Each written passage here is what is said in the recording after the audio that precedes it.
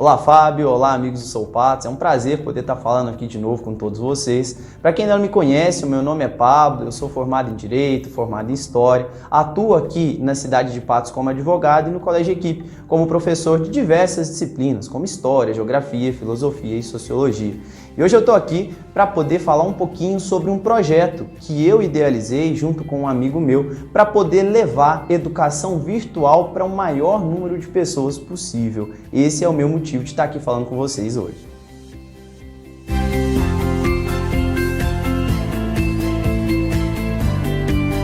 Esse canal ele foi um projeto idealizado por mim e por um outro colega meu chamado de João Vitor.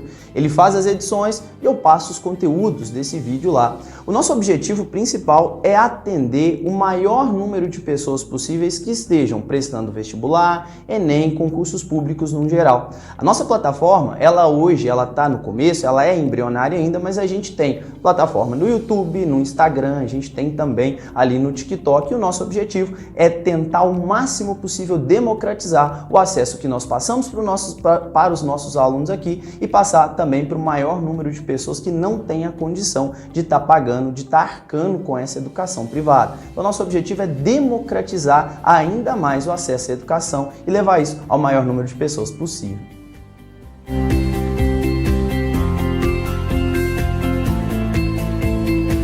Hoje eu acredito que a educação virtual ela não é mais algo para se avaliar, ela é uma realidade.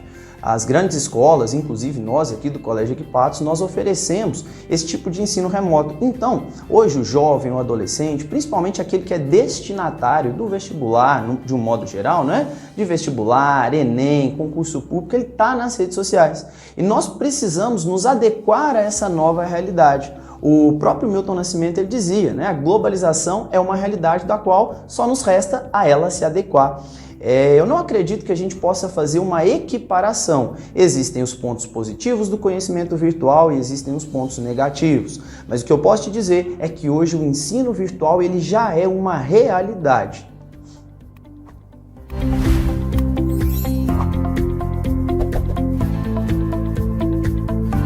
Primeiro, é muito comum que alunos venham nos perguntar isso, Pablo, o que vai cair em Sociologia, o que vai cair em História, o que vai cair em Geografia? Eu costumo brincar que eu não tenho bola de cristal, né? Apesar da carequinha aqui, eu não consigo prever o futuro não. Mas existem alguns direcionamentos, alguns nortes que as próprias bancas muitas vezes indicam pra gente.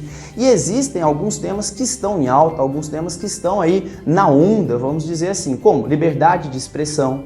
Existem alguns temas como a questão geopolítica de China e de Taiwan, que direto os dois acabam tendo alguns estranhamentos. Existem outras temáticas como Israel, Palestina, a própria guerra da Rússia e da Ucrânia que ainda não finalizou e aparentemente está longe de ter um final. Então esses assuntos a qualquer momento, a qualquer instante, eles podem sim aparecer nas provas de vocês, alunos, nos vestibulares, concursos públicos de um modo geral.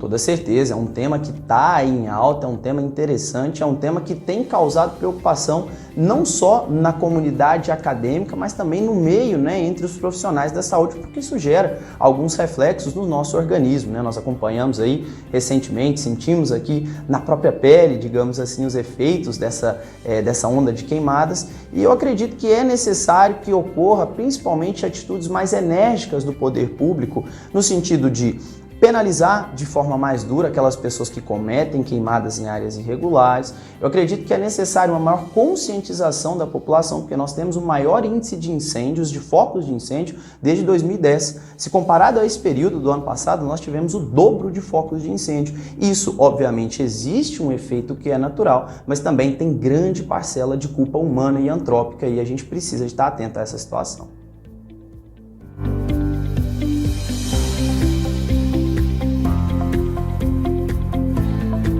É importante lembrar, e eu sempre lembro aos meus alunos, que quando nós falamos de direitos, não existe nenhum direito fundamental que seja absoluto.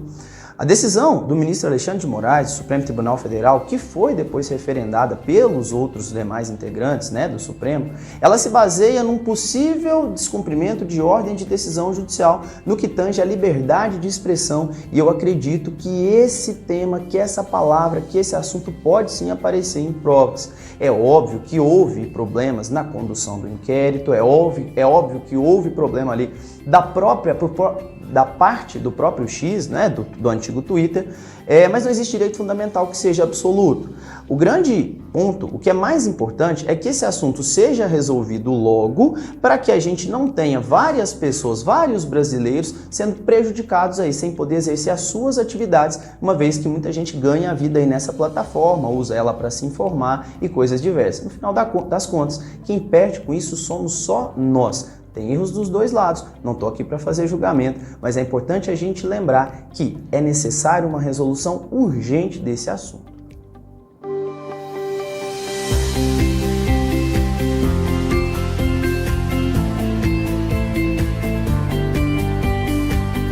Cara, essa frase aí, ela é bem interessante, eu já tinha ouvido ela em outra oportunidade, e de fato, não é? As redes sociais hoje, eu costumo dizer que elas acabam tendo acesso àquilo que nenhum outro governo, nenhum outro presidente, ninguém tem, que são os nossos sentimentos. A depender da quantidade de likes, a depender da quantidade de curtidas que você direcionar para um determinado ramo, para um determinado nicho, o próprio Instagram, Facebook, YouTube, ele já vai saber quais são os seus desejos, e por isso ele vai direcionar mais a informação para você. Isso num sistema capitalista que busca o tempo todo lucro, dinheiro, que busca o tempo todo eficiência no vender, isso pode ser perigoso caso a gente não tenha alguns limites. Não se trata de regulamentar, de censurar, nem nada nesse sentido. Se trata apenas de observar até que ponto isso pode ser prejudicial para o nosso sistema democrático, para a nossa saúde enquanto seres humanos, né? E também para tentar modular, para tentar entrar nesse mundo sem que você acabe entrando no consumismo exagerado, desenfreado. A gente teve recentemente aí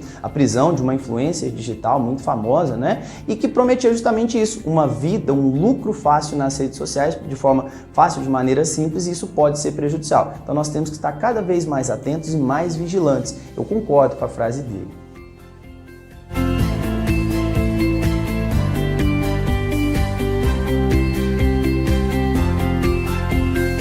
O Enem, ele costuma tentar fugir um pouco de assuntos que são polêmicos. Então você não vai encontrar numa prova de Enem, numa prova de vestibular, dificilmente, para que você se posicione a favor de candidato A, B, C ou D, nem nada nesse sentido.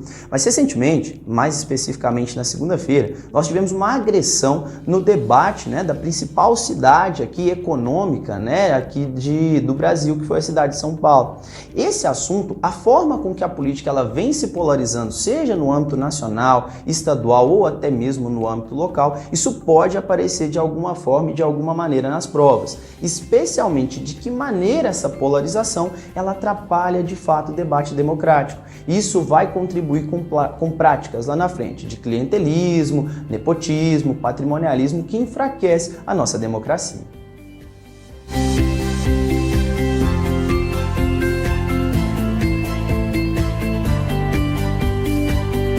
Nós vivemos num período que nós costumamos chamar de pós-verdade, né? 2016, essa palavra aí, ela foi eleita a palavra do ano pelo dicionário da Oxford. Então, a pós-verdade é um momento onde não interessa o que nós estamos falando, a realidade dos fatos, mas sim o sentimento que eu causo em você. Isso vem trazendo um questionamento muito grande para a nossa atuação como professor, isso vem trazendo um questionamento muito grande para os livros didáticos, para o conteúdo acadêmico, e isso muitas vezes pode atrapalhar a nossa atuação como docente. No entanto, o maior desafio que eu acredito hoje em sala de aula é tentar trazer os nossos alunos, desconectar eles um pouquinho do mundo virtual e trazer eles um pouco para o mundo físico presencial. Talvez hoje essa seja a grande dificuldade do século XXI da educação. Você está competindo com o celular, você está competindo com o Instagram, você está competindo com o WhatsApp, onde as informações são rápidas, onde as informações são fluidas, e muitas vezes a sala de aula, por ser um lugar de produção de conhecimento, não é dessa forma, não é dessa maneira.